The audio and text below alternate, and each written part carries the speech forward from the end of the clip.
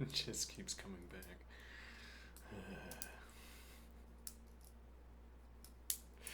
Hello, Russell's Paradox.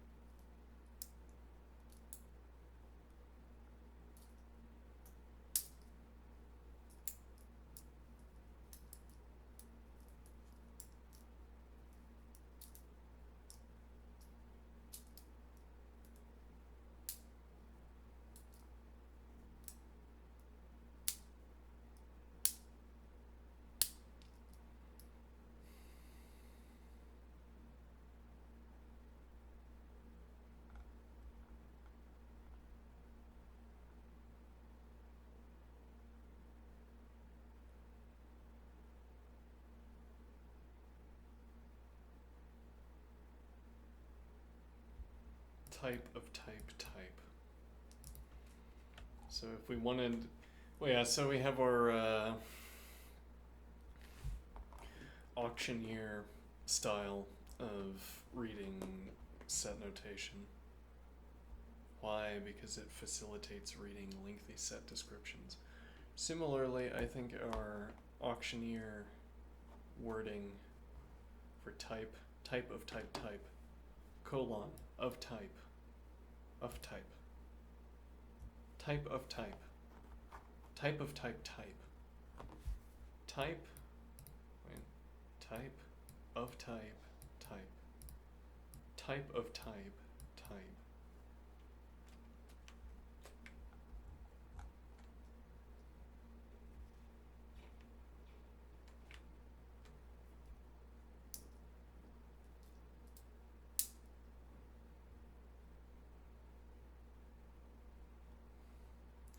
Type of type 1. Type 1 of type 2. Type 2 of type 3. You're not allowed to form a type that contains itself as a member.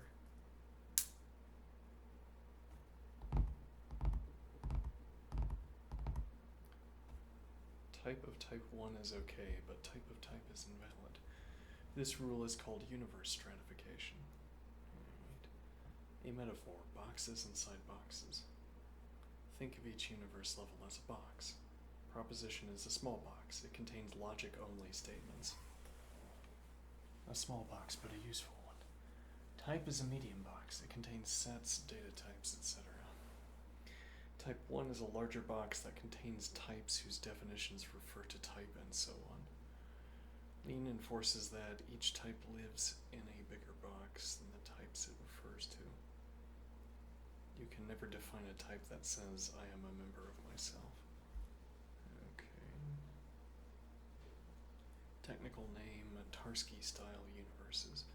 In type theory, this design is called a Tarski, Alfred, if I recall correctly. This design is called a Tarski-style universe hierarchy. It guarantees that every universe of types is strictly larger than the things it contains. Though what strictly larger means, we have to be aware, we don't know yet. In contrast, naive systems with type of type are Girard style. Okay, our Girard style, and those are provably inconsistent. Yeah, but how much does that matter? When does that matter? In Lean, how it's enforced. If you write check type, this will return type of type 1.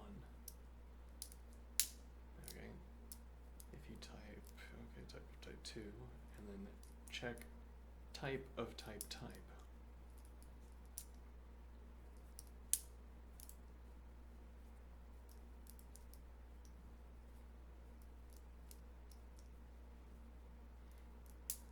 Type expected as sort 1 begot sort 1.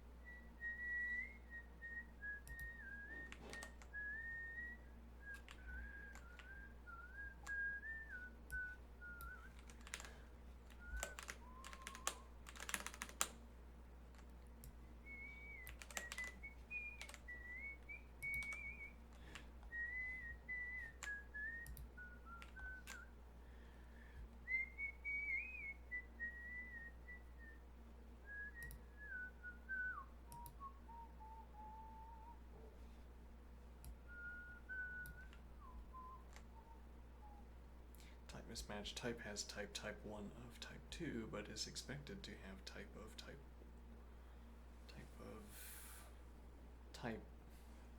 it is expected to have type of type 1. Type mismatch. Type has type 1 of type 2. But it is expected to have type of type 1. Now that we have clarified that,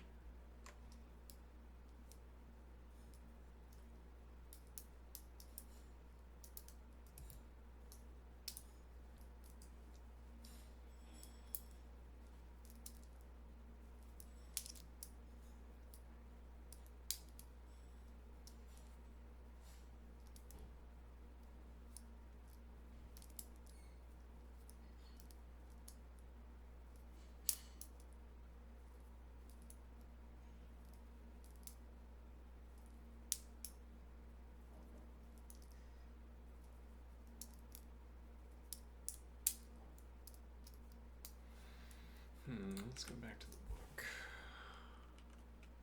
Yeah, I think we could have a pretty good time if we,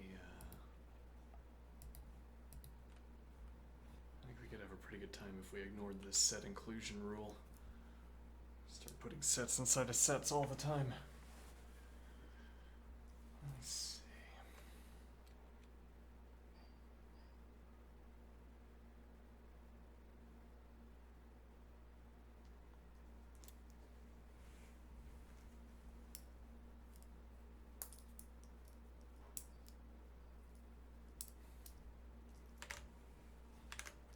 Actually,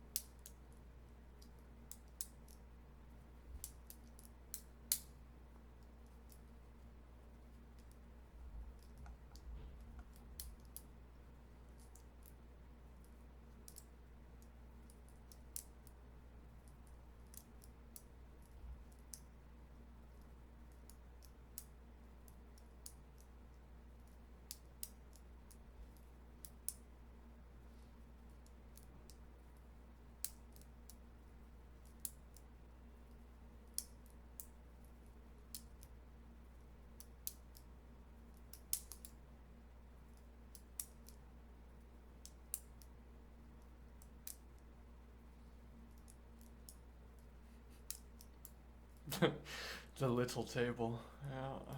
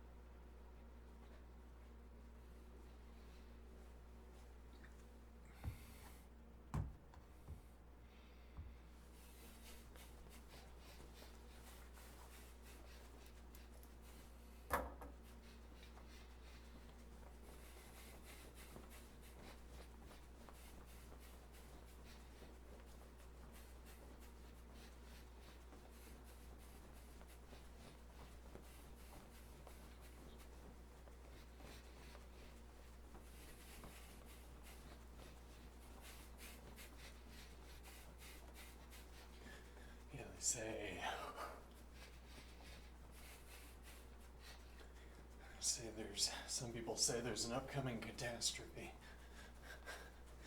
An upcoming catastrophe of code where people have indiscriminately applied patches, replaced portions of their code base with bad model code.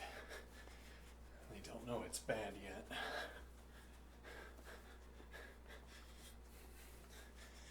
Cumulative effect of bad code distributed all over the place. Well, there will be some cumulative effect, whatever it is.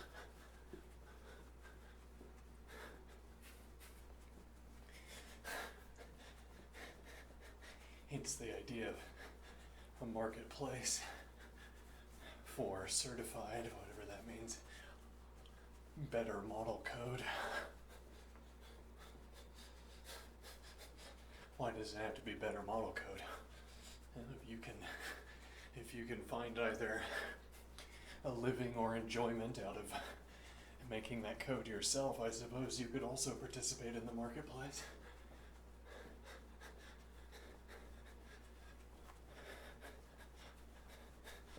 The idea is that we would be willing to throw more electricity at solving a problem. Well, at minimum, the bad model code puts an electrical bounty, establishes an electricity bounty. You should be willing to pay. Well, I mean, but notwithstanding the bare code doesn't work possibility, I guess there'd be a bounty to say, I have identified a flaw in your code. It's not going to work. I can prove without telling you what the flaw is. It's like zero knowledge proofs, that kind of thing. Zero knowledge proof of my claim, hopefully.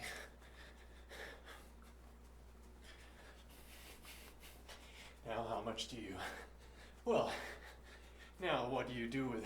If maybe a zero knowledge proof that there is a flaw in your code that's unaccounted for, but the problem is, if I tell you where the flaw is, you might just hire someone else more cheaply.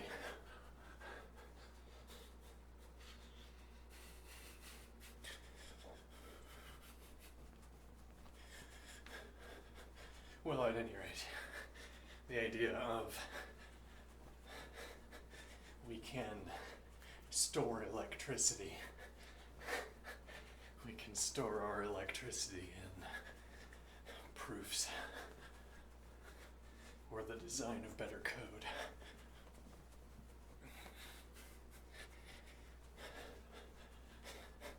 Proofs and better code as ways of monetizing excess electricity.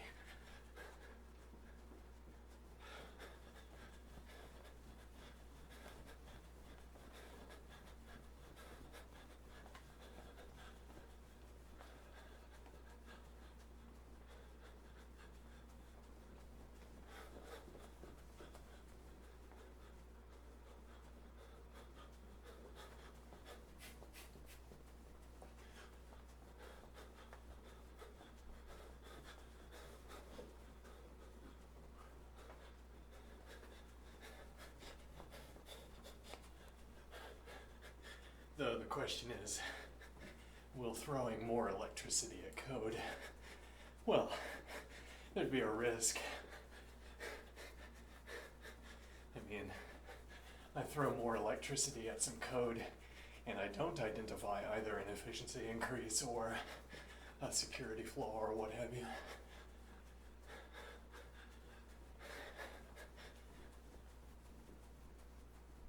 Or I identify a class of mistakes that allows me to target them cheaply. And then money flows into my propagation of a method for clearing up a large swath of a code error, code rot. Kind of streak of lightning. I want to claim all of the bounty for myself before my method gets out. buy up all the cheap electricity I can to harvest all the bounties. A lightning strike and fixes, powered by the money that's coming in from selling my solutions.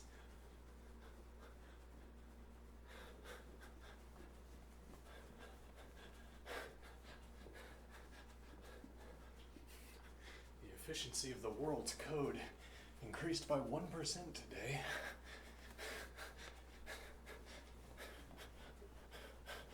Outstanding. Just do that 100 more times, and we're in the clear.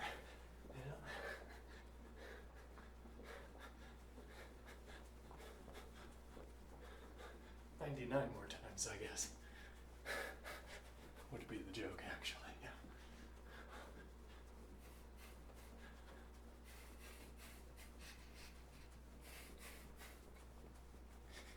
I have a soft spot for markets.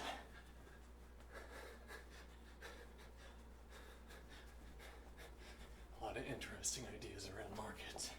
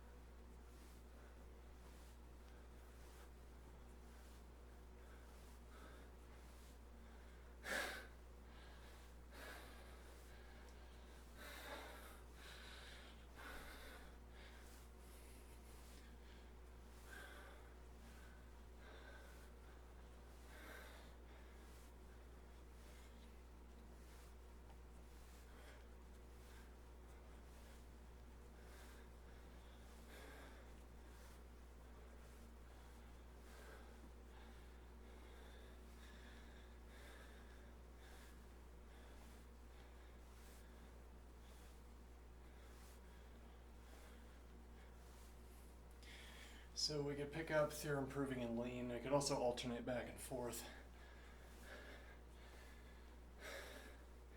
What this makes of our calculus practice, I don't know.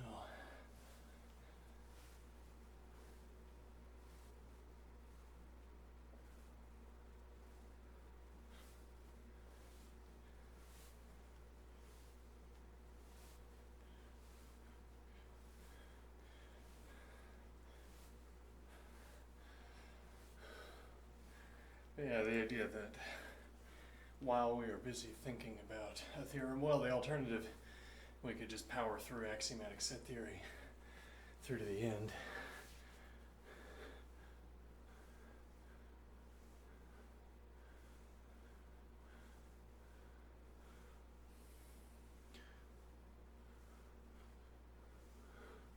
And then go back and work through with prove all the theorems all in a row, which would also be a graduated exercise in working with lean proofs, incidentally. Though the idea is that we'll get that graduated exercise anyway if we go back and do that now. Point is, I can get all of my thinking done about each theorem all at once. Do the thinking that's necessary to progress the AST book, and do all the thinking that's necessary to get the theorem in all at the same time. To get the lean theorem proof.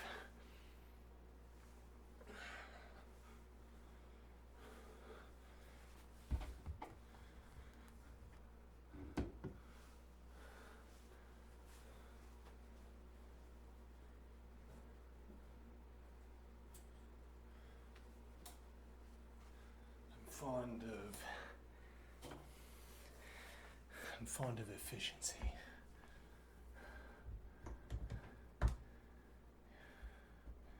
If someday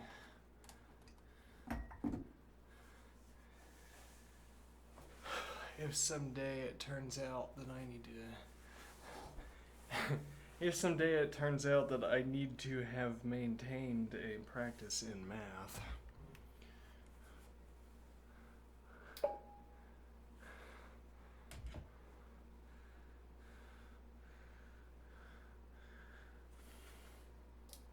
well, in that regard, I mean, if strictly speaking you wanted to be able to talk about mathematics, yes, axiomatic set theory and theorem proving in lean, the activity, working through lean, is a way of engaging with mathematics. So I think. Though when I say it will behoove me to have maintained, it will behoove me. Like a horse. It will behoove me when I need more math to have maintained a math practice. If it should ever behoove me. Behoof. If it should ever behoove me to have maintained a mathematics practice, I'll be glad that I have maintained a mathematics practice. Yeah, well, and so that specific meaning of math, the mathematics track, turns out linear algebra is where it's at. Where it's at, we have to go there to get it. Yeah, and how are you going to go there if you haven't studied calculus? Excellent question. Good thing I have maintained a practice of math, which means that, well, it means that we could just crank it up, right?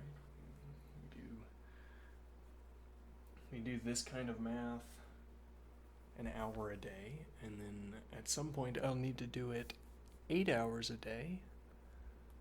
We're already an eighth of the way there, which is as good as being half of the way there. Maybe. Alright, now, calculus. What about it?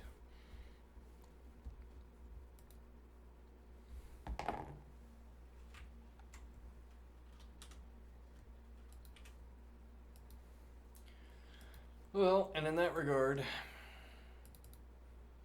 if the math is a little bit ponderous,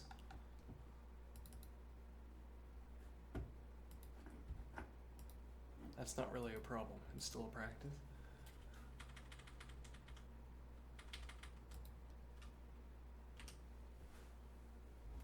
Alright, let's have a look, shall we?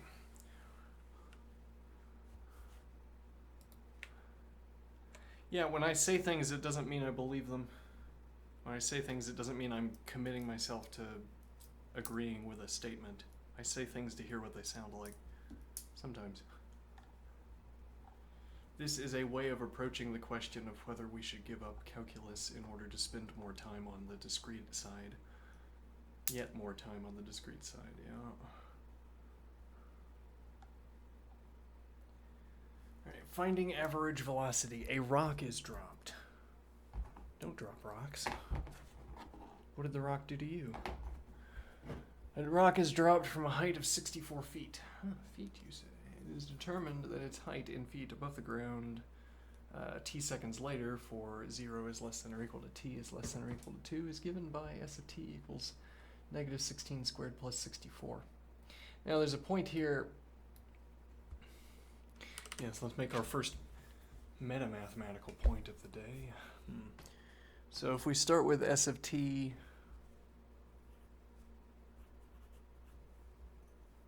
let's just go ahead and make that cursive. Reserve the non-cursive s for capital S. Alright, s of t is equal to negative 16t squared plus 64. Okay, which I want to say...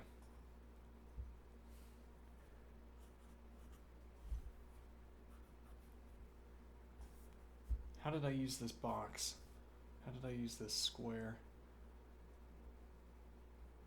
In the axiomatic set theory book, I don't recall. If only I had some kind of dictionary going. Yeah, I think, or encyclopedia going. Then I could have tagged an instance of this symbol. Yeah, we might, on some upcoming day, work with the interlocutor to set up a kind of encyclopedia system. And then I can ask the interlocutor, give me a discreetly packaged page for our, I guess I would just post it online, because then that would give the interlocutor access to it as well. I wonder if, yeah, it might make some queries cheaper, I wonder. But anyway, I don't recall how I used this symbol, but I'm just going to plop it there and we'll see what it says. Now, do I want to say that this is equal or interderivable with s of t is equal to negative 16t squared? No, rather, negative 16 times t squared minus 4.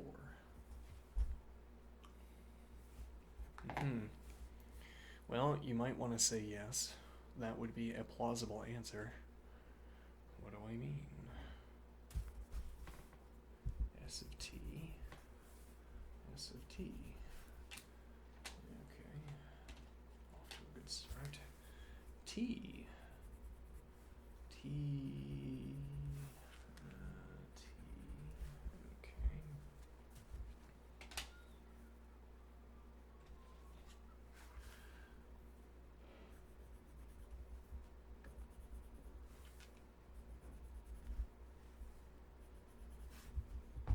Maybe more to the point, this is ostensibly equal to, I can factor out the negative 16 and obtain t squared minus 4. Okay, so surely we should have an interderivability statement. Okay, but I want to say, let me see here. Well, so if I instead had, let me see here.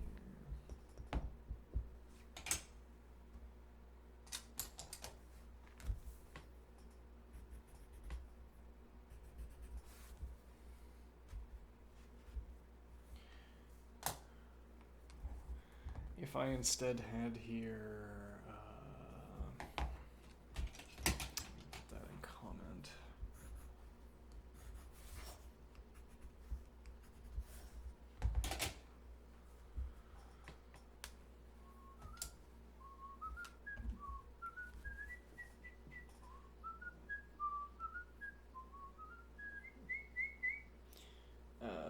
Actually, let me do.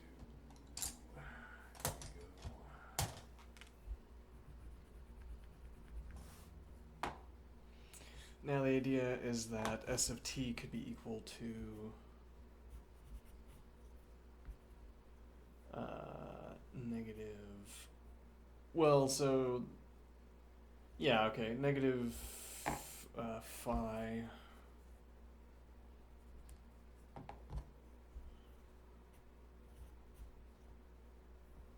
plus lambda. Okay.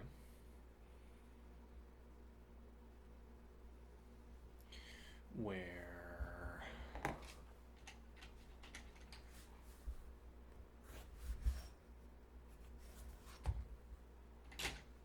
we're saying that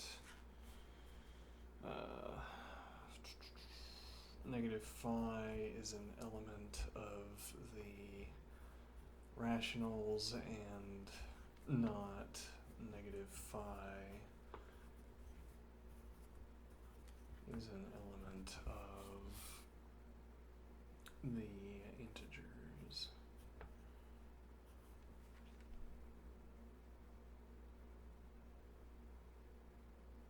Okay. Or even more strongly, negative phi is an element of the gibberish set. Okay, and then similarly, So this would be the case if negative phi was equal to negative 9.81 meters per second squared. Then negative phi is an element of the rationals and not negative phi is an element of the negative negation. Yeah. Negative phi is an element of the integers. Okay.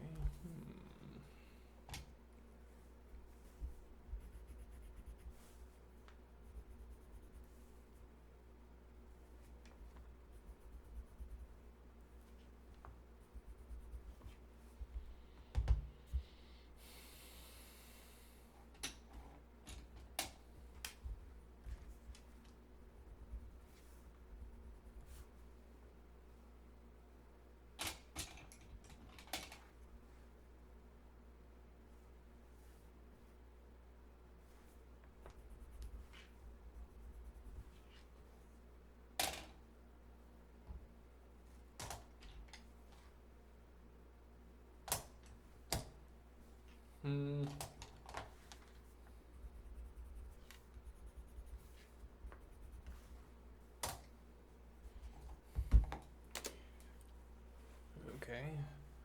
What point is this making?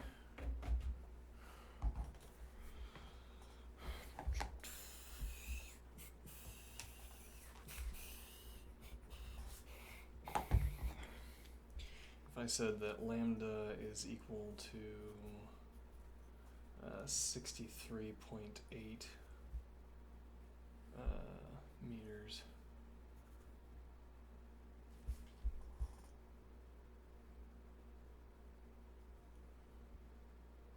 Okay. Then lambda is an element of the rationals and not lambda is an element of the integers. Okay.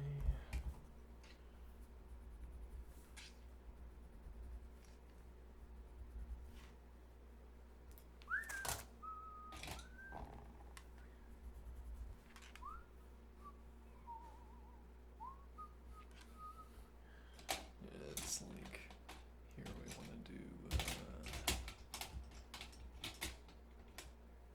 goldenrod, where did you go?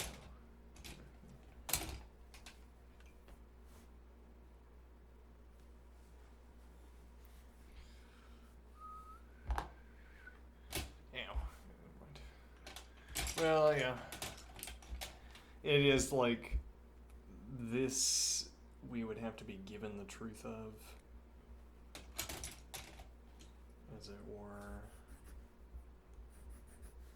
We'd have to be given these values, whereas, so I guess I'm trying to say that factoring out the negative 16 here treats these two values, negative 16 and 64, as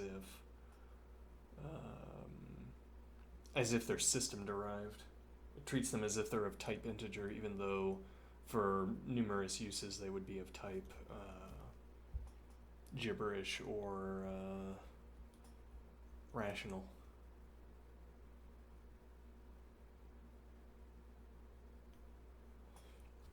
Yeah, we need some kind of specific terminology where we say rational and not integers. When we say real and not integers, that's the gibberish set. Real and not rational. Yes. Okay, now, so the point here is that no, I think we say S of t is equal to negative 16t squared plus 64, right? And we don't factor. Though, that's a strange case here, because factoring is going to make the calculation easier. Why do I care about anything other than making the calculation easier? Interesting.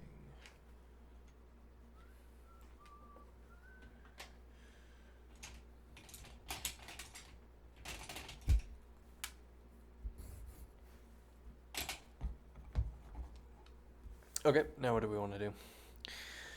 A rock is dropped from a height of 64 feet.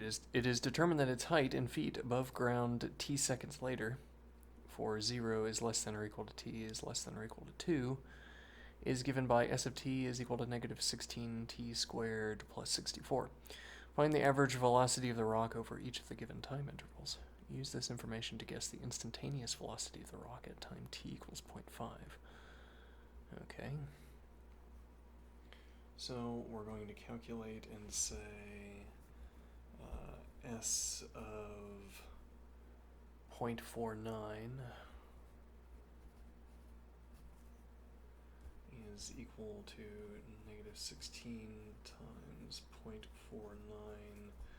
squared plus 64, which is equal to, and s of 0.50 is equal to negative 16 times 0.50 squared plus 64, which is equal to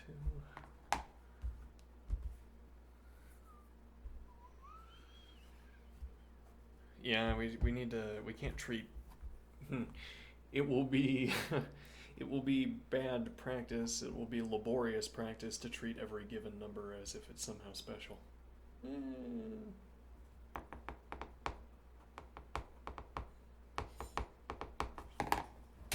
We could type this with true.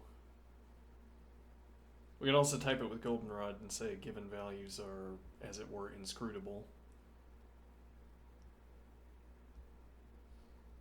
Non-integer values are inscrutable. Well, and then the idea is that we calculate through and then we have an inscrutable value at the end as well. Though that's a lot of use of goldenrod.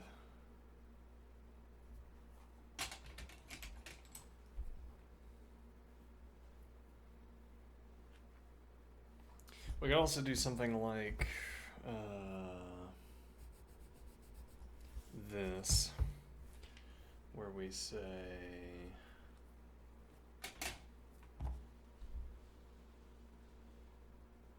given values effectively. Okay, we'll do this.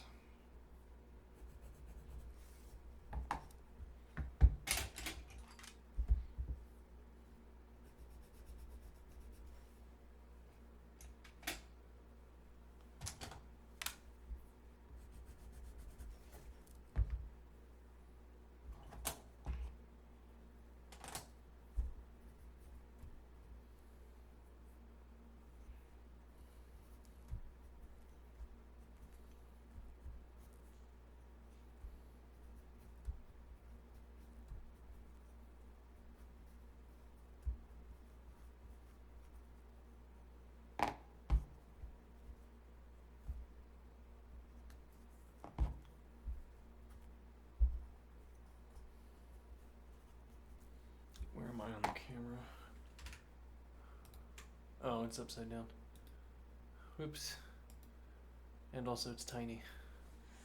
Yeah, and it's disheveled. Yeah, okay, yeah. Yeah, indeed, yes, that is true. That was a weird effect. No, hold on. Anyway, let me see here. Let me get my magnifier.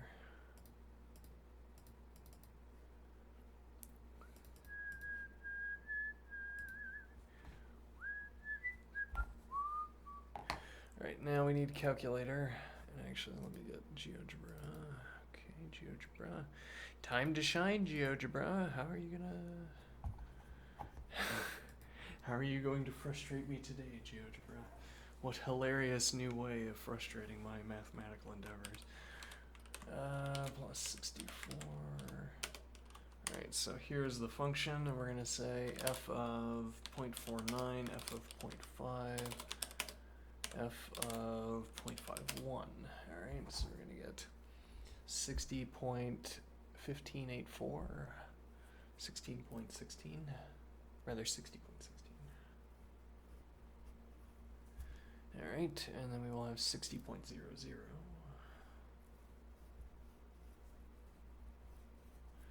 And then we'll have 59.84.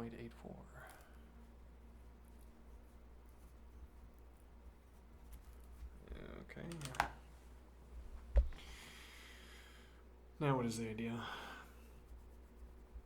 So here we're gonna have, let's check our formula real quick. S of t minus s of a divided by t minus a. Alright, so that's gonna be s of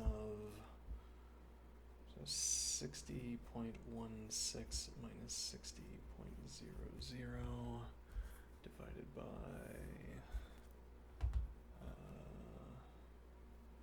0.49 minus 0.50.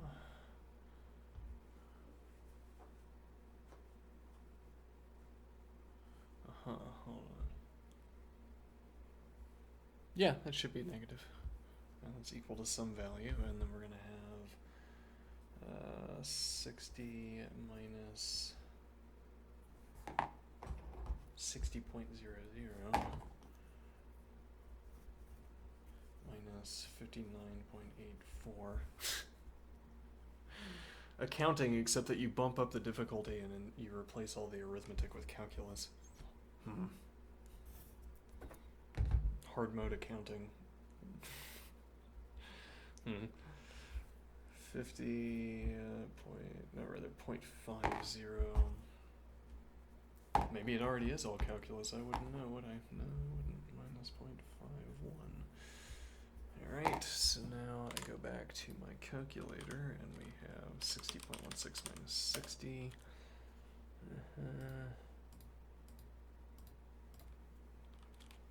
Divided by 0.49 minus 0.5. Okay, and then we're going to have 60 minus 59.84 divided by 0.5 minus 0.51.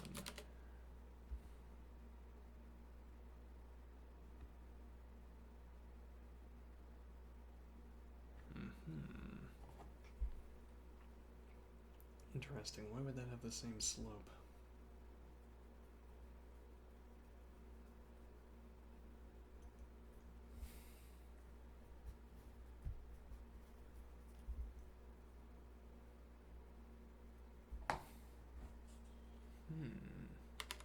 Curious. Yeah, curious indeed. Let's see.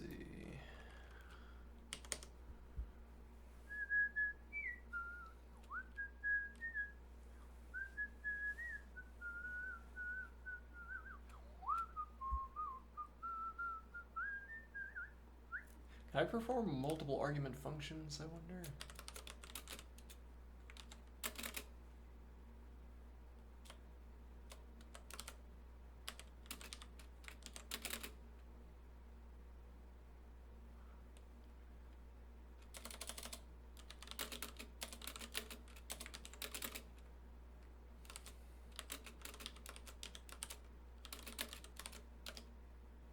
Nope.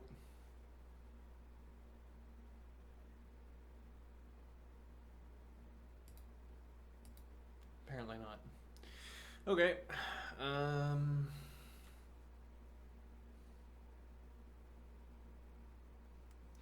Okay, but what we can do here, gonna rack it.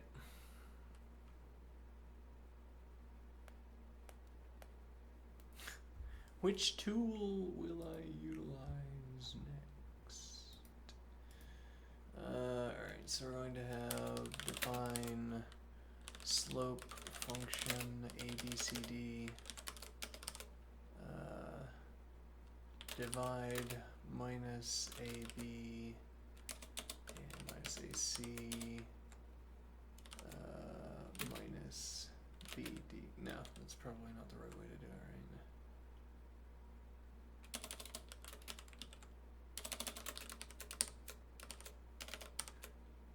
right? Alright, well I have to know, I have to remember, yeah. So, slope function with, so this will be, yeah, but the best typing system for this would be f of a Yeah, okay, we can do S, T, Q, and R. Actually, we could do keep A, B, C, D, and we call this F of E, F of G, F of H, F of I. Incorrect. It would be right E and G. Okay. Slop function, rather slope function.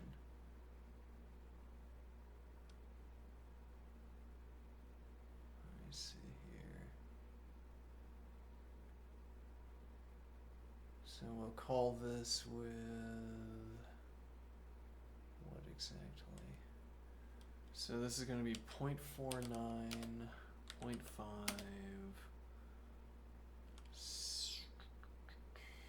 60.16, and 60.00. Okay.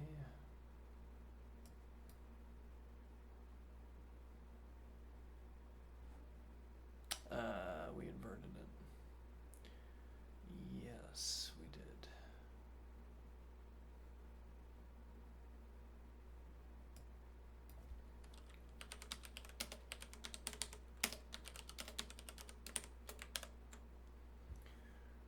Okay.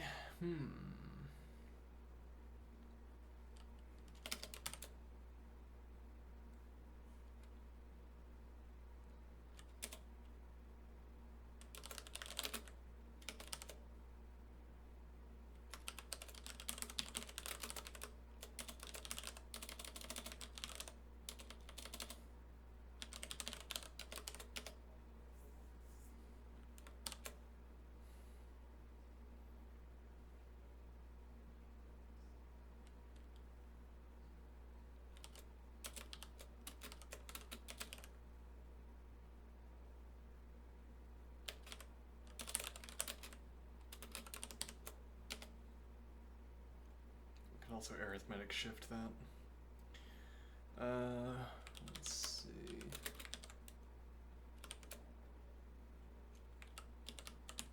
This is wrong. Okay, 64.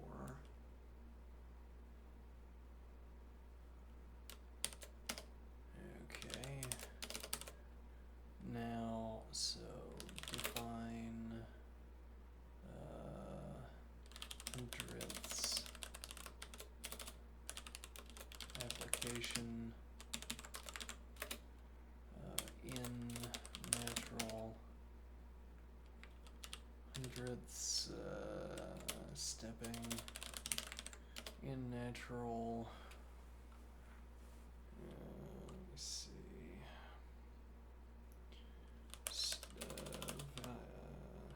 A,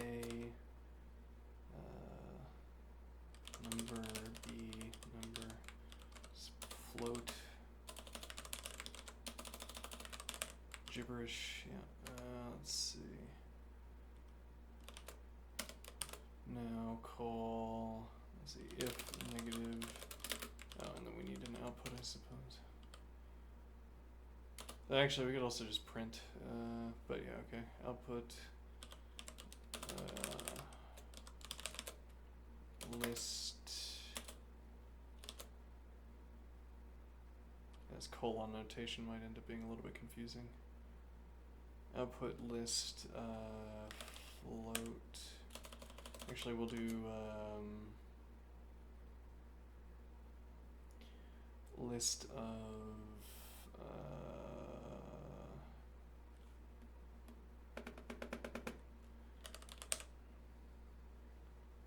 float.float.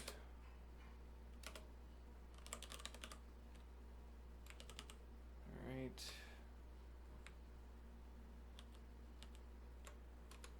If negative in, then return output, which is a list of float.float.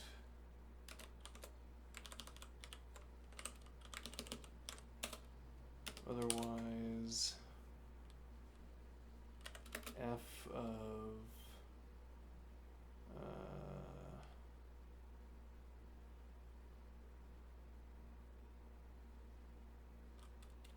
let's see, slope function with f of a, f of b,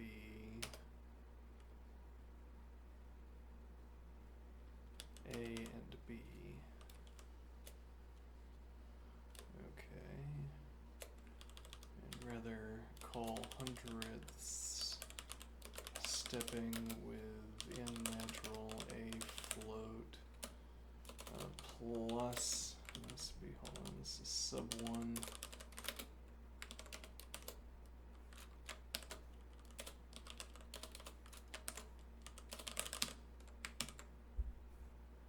Hundredth stepping natural to natural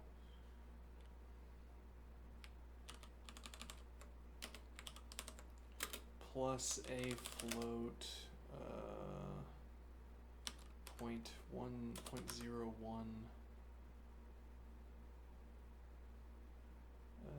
okay, and plus b 0.01, and then const, and this is the output of the function. Then actually we want, I guess, a. Actually, we could do list float dot float, and then have this actually be dot float. Yes, of course. And then const ab onto the output of this function. Hundredths stepping 20 point. What would we want to do? I guess we do 0.401, or rather 0.41. Okay. And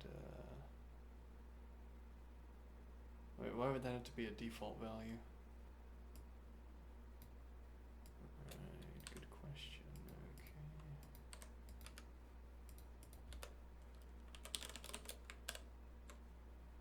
Let me see here. So this needs to go on to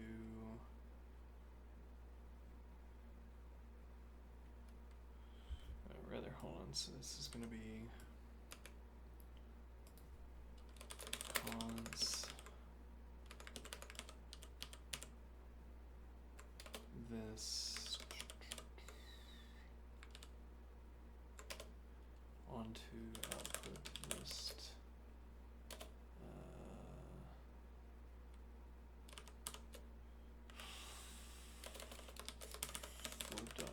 float.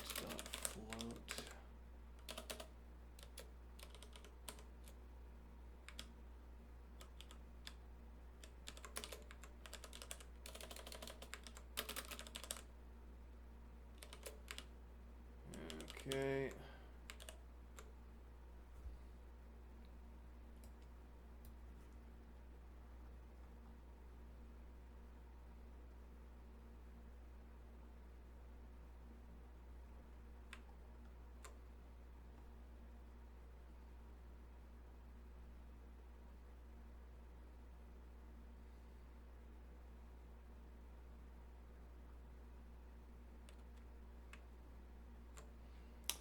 Did something go wrong in our calculation, in our setup here?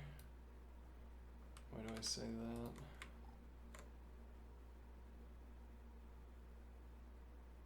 These both returned negative 16. Oh, hold on. No, yeah, we're on the right. Hold on.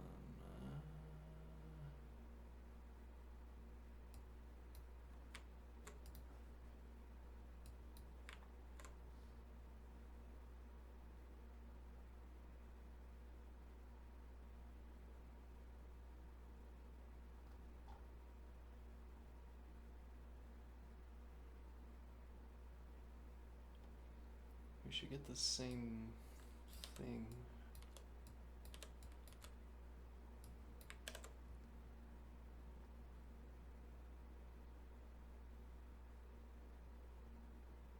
Yeah, why does this output something different?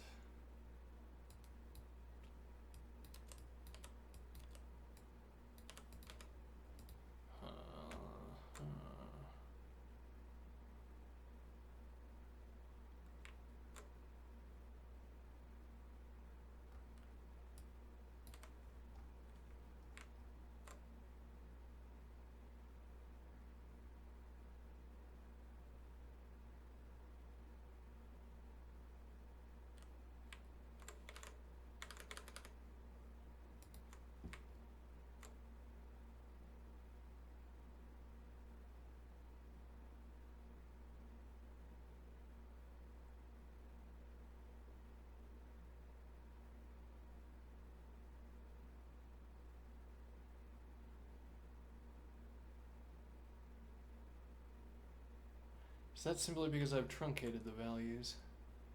Maybe. Though that... The truncation effect is large then, because here we're at 0.49, 0.5.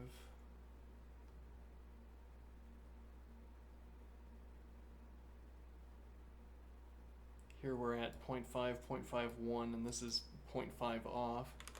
But okay. Let's find out. Let's see. So this should be A minus B.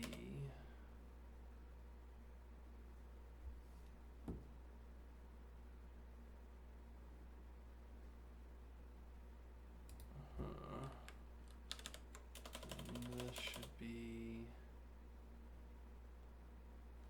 B minus C. Yeah, well, there's 16.16.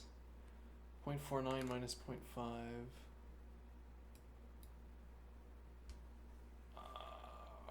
What is this?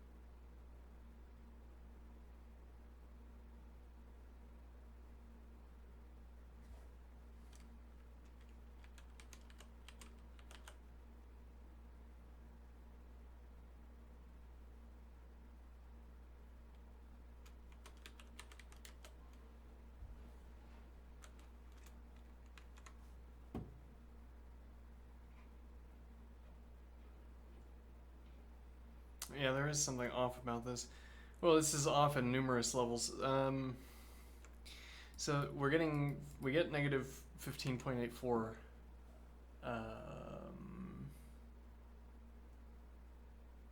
We get negative 15.84, but on the wrong value. This is where we have f of 0.49 and f of 0.5.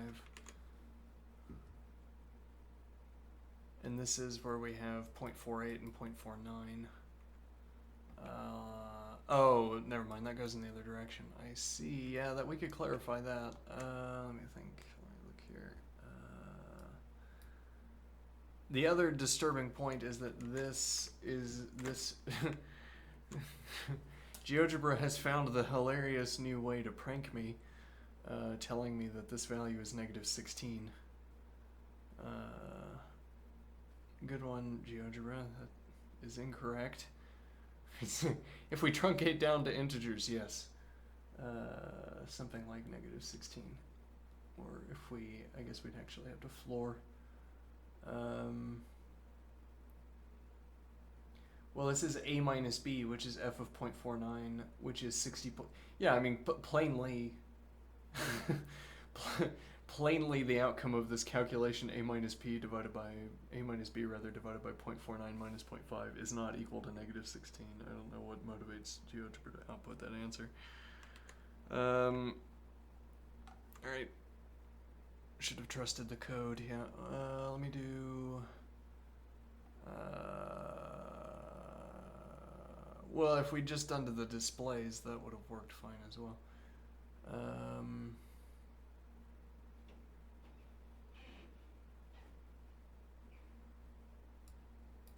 But yeah, okay, if we look at this carefully enough, we can read it.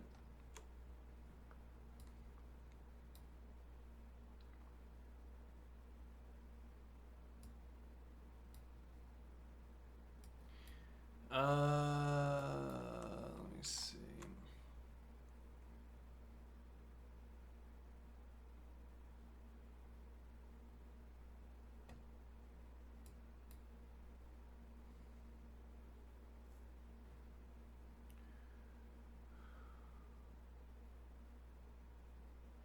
Well, what does this get me, incidentally? Right, well, it resolved our confusion. It isolated the problem. How did this resolve our confusion and isolate the problem? Our confusion stemmed from...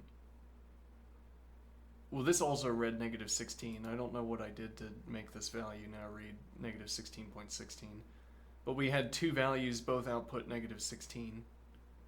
Okay, and that was a problem because, well, if we look at the graph, okay, and then if we look at the value of x equals 0.49, x equals 0.5, okay, we go up here, and we zoom in, and now we see that there are 2 points of contact. And what GeoGebra was telling us amounted to the assertion that the slope at these two positions was the same. That's not quite right, actually. Let me also get x equals 0.51. Okay, and now we want a point there. Okay. And now,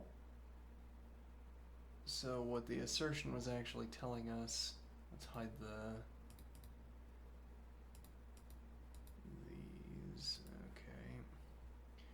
Now, this was asserting that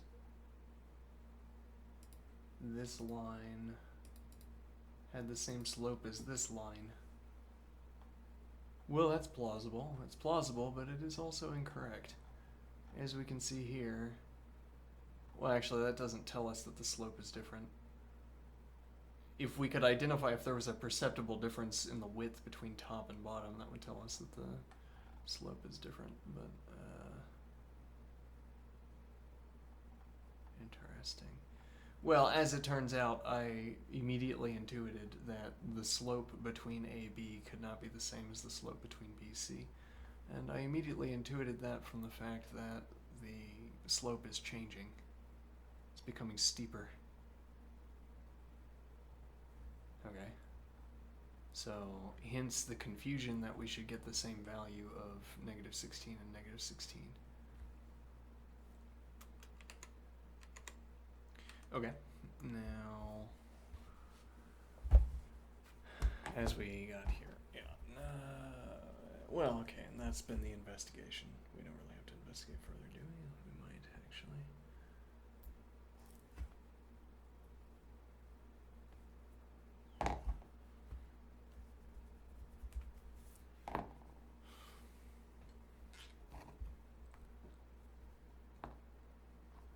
Yeah, I'm just gonna put some value, doesn't matter. All right. Let's see.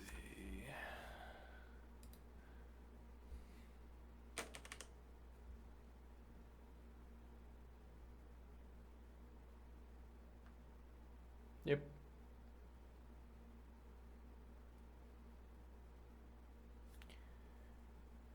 A good guess might be negative 16 feet per second. Yes, GeoGebra thought so too.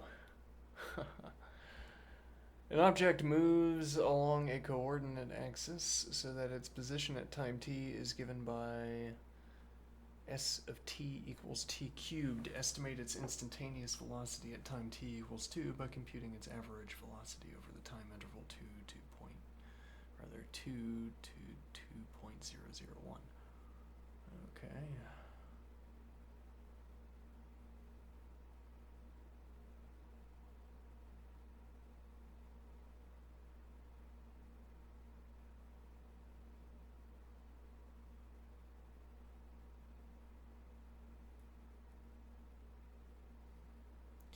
So how are we going to go about doing that?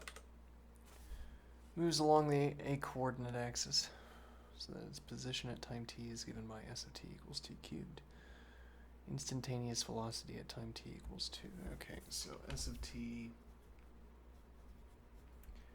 is equal to t cubed. Very well. And now we are going to say, well, we're going to say that s of s of 2 is equal to 2 cubed, which is equal to 8, and s of 2.001 is equal to 2.001 cubed, which is equal to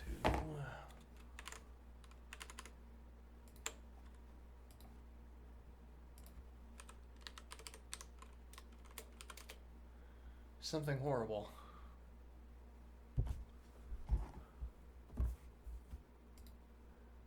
0.8012. I'll just say it's 2 cubed. Okay. And now we're going to say what? Now we're going to say that we have 8 minus 2.001 cubed, and then we have 2 minus 2.001. Okay. Is equal to something, if we have any curiosity on this front. 8 minus 2.001 cubed divided by negative 0.001. 12.006001.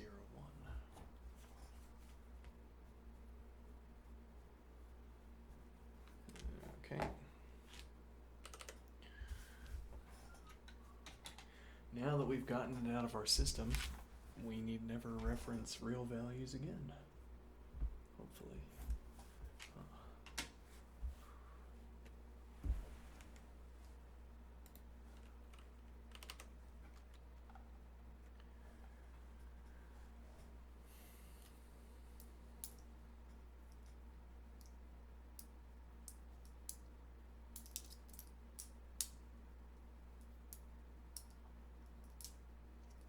The area problem. How do we find the area of the shaded region? As in the answer to our previous questions on velocity, we first try to approximate the solution. Oh, wait, hold on. We now turn our attention to a classic question from calculus. Classic. Many questions in physics, for example, quantities of work, may be interpreted as the area under a curve. This leads us to ask the question, how can we find the area between the graph of a function and the x-axis over an interval? How can we find the area between the graph of a function and the x-axis over an interval? The area problem. How do we find the area of the shaded region? As in the answer to our previous questions on velocity, we first try to approximate the solution. We approximate the area by dividing up the interval AB into smaller intervals in the shape of rectangles. The approximation of the area comes from adding up the areas of these rectangles. Right? The area of the region under the curve is approximated by summing the areas of thin rectangles. That makes sense. As the widths of the rectangles become smaller, approach 0, the sums of the areas of the rectangles approach the limit. The sums of the areas of the rectangles approach the area between the graph of f of x and the x-axis over the interval a to b. Once again, we find ourselves taking a limit. Limits of this type serve as a basis for the definition of the definite integral. Integral calculus is the study of integrals and their applications. Oops. Let's see. Sure.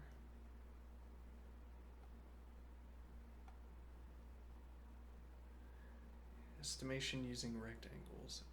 Estimate the area between the x-axis and the graph of x squared plus 1 over the interval 0, 3 by using the three rectangles shown. Okay.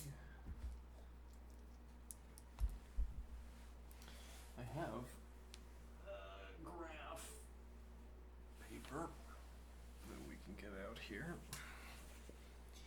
But okay, this has been divided up into convenient integerized rectangles. The area is 3, 5, 8. The area is 8. Interesting.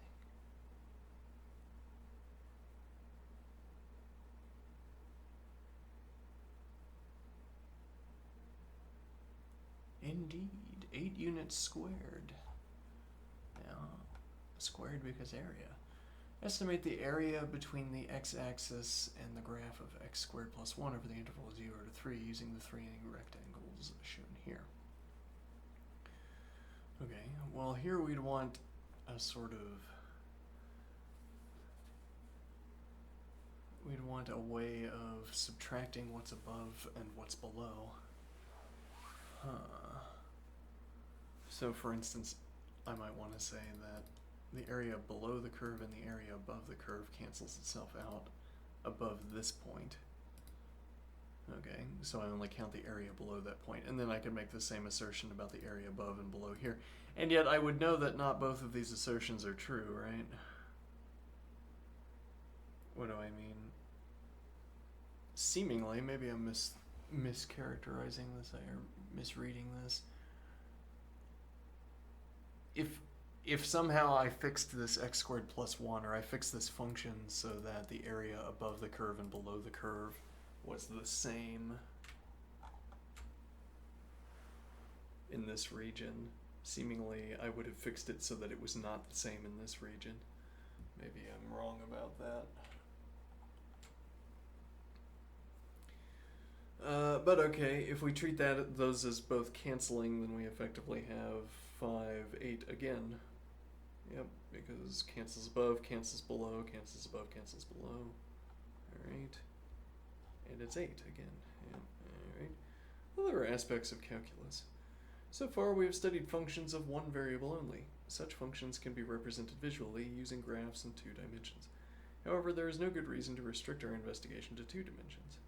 Suppose, for example, that instead of determining the velocity of an object moving along a coordinate axis, we want to determine the velocity of a rock fired from a catapult at a given time, or of an airplane moving in 3 dimensions. We might want to graph real value functions of 2 variables. We might want to graph real value functions of 2 variables, or determine volumes of solids of the type shown in Figure 2.11. These are only a few of the types of questions that can be asked and answered using multivariable calculus. Informally, multivariable calculus can be characterized as the study of the calculus of functions of 2 or more variables. However, before exploring these and other ideas, we must first lay a foundation for the study of calculus in one variable by exploring the concept of a limit. Now look, we can use multivariable calculus to find the volume between a surface defined by a function of 2 variables and a plane. Yeah, let's get to that. That sounds fun. Exercises. Oh, we're already at the exercises. Look at that. For the following exercises, points P12 and QXY are on the graph of the function x squared plus 1. Complete the following table with the appropriate values. Y coordinate of Q. Let me see.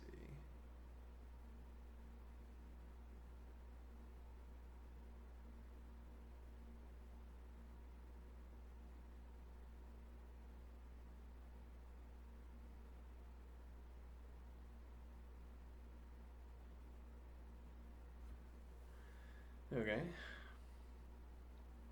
8 significant digits?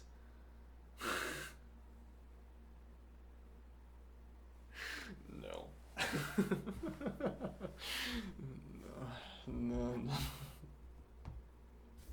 Round your answer to 32 significant digits. Okay, it's just 32-bit trailing digits. All right, so we're gonna have 1.1. Let's get the table on paper. Let's see. All right, so we're gonna have 1.1, 1.01, 1.001, and 1.0001. You know, someone even more fastidious than I would say, no, I will not fill out your table. You fill out your table. Where did I put? Oh, there it is. We can do this,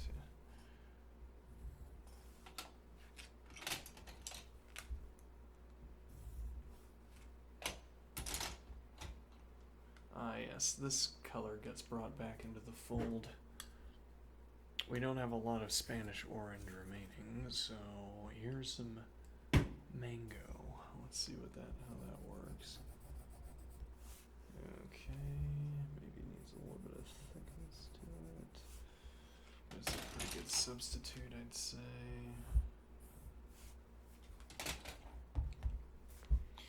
Actually, mango could even be a substitute for goldenrod instead, maybe. All right, now, so we're gonna have our y values. Okay.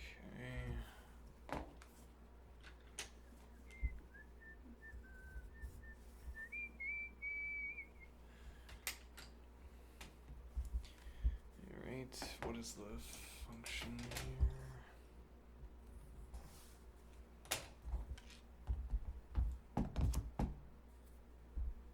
X squared plus 1, alright.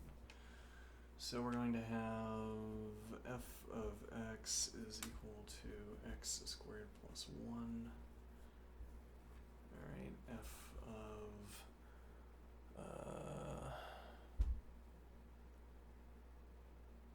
1 is equal to 2. Alright. Actually, yeah, that would be better to do here. So f of 1.1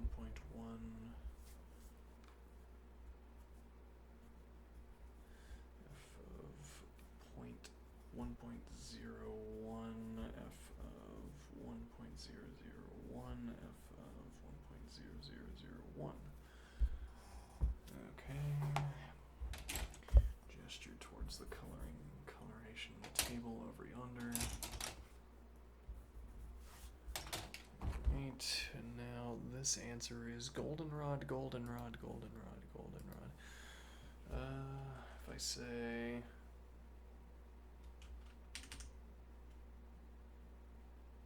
oh, my screen is blinking. What is that? My power flickering? I don't think so. Alright, so if I say L of x is equal to x squared plus 1. Alright, and now I do L of 1.1, L of 1.01, L of 1.001, and L of 1.0001. Okay, oh, look at that. It's kind of a pattern to it.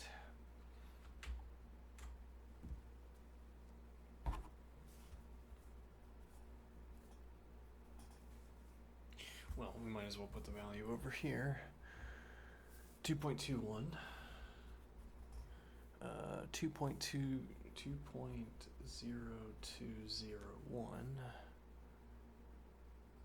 2.00. 2001 and round to 8 digits. Because this is 2.000200001. Oh, look, I rounded to 8 digits just as requested. All right.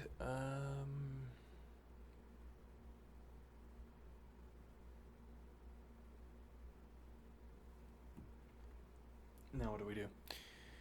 Well, now we say the m slope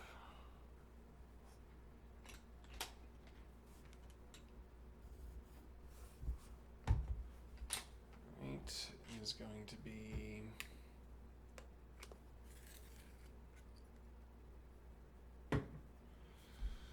so we have the f of x, the output of the function, so we have 2 minus 2.21 divided by 1 minus 1.1, 2 divided by, and then 1, 2 divided by, and then 1, and 2 divided by, and then 1. And this will be minus, minus, minus, minus, minus, minus, and this will be 2.02001, this will be 2.002001, and this will be 2.00020001. Okay. This will be 1 minus 1.01, 1.001, 1.0001. Okay. And now what are all of these? Best answered using Racket Pro. Yeah, actually, if I were faster, this is part of why we've been drilling easies, is drilling easy elite code problems so that I would be faster at this kind of thing. But okay, yeah, we can do this in GeoGebra. 2 minus 2.21 divided by 1 minus 1.1. And then 2 minus 2.0201 divided by 1 minus 1.01. And then we have 2 minus 2.002001 divided by 1 minus 1.001.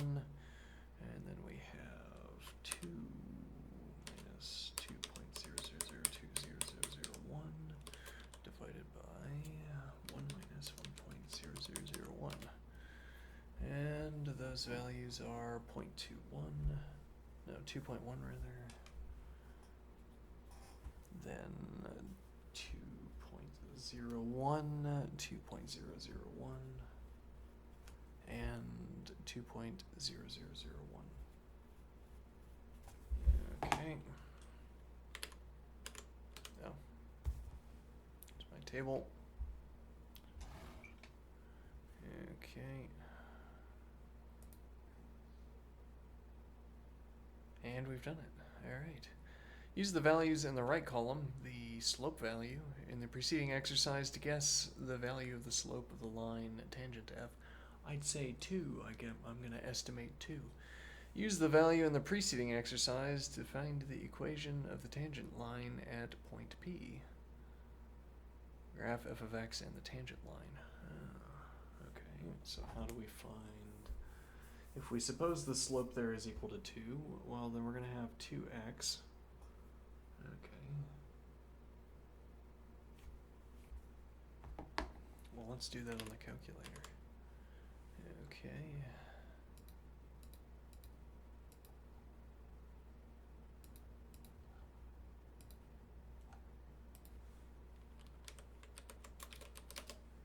X squared plus 1.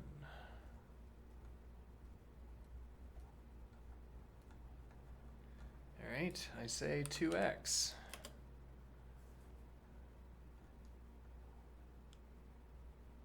How do I know that's tangent, though? I just zoom in really close. Zoom in until you can find out. Oh, hold on. How do we know that's tangent? Well, for that matter... let me think. If I had instead chosen 2...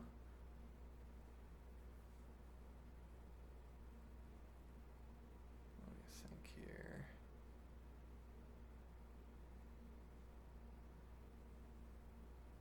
Well, I already know how derivatives work, but actually I'm a little bit confused here. If I choose the value of 2 instead, and I say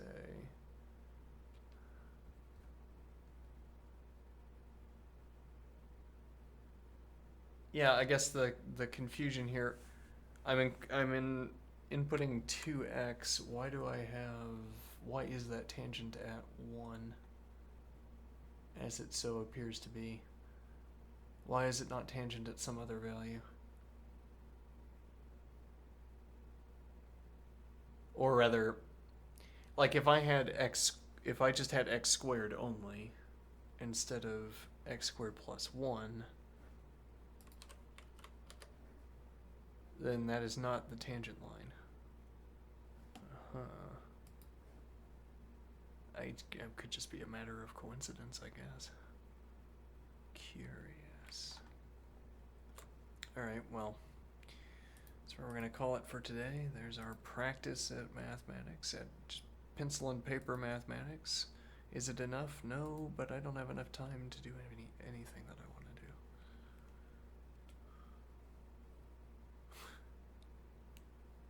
Not enough time. Oh well. Alright, have a good one. I'll see you next time. Toodaloo.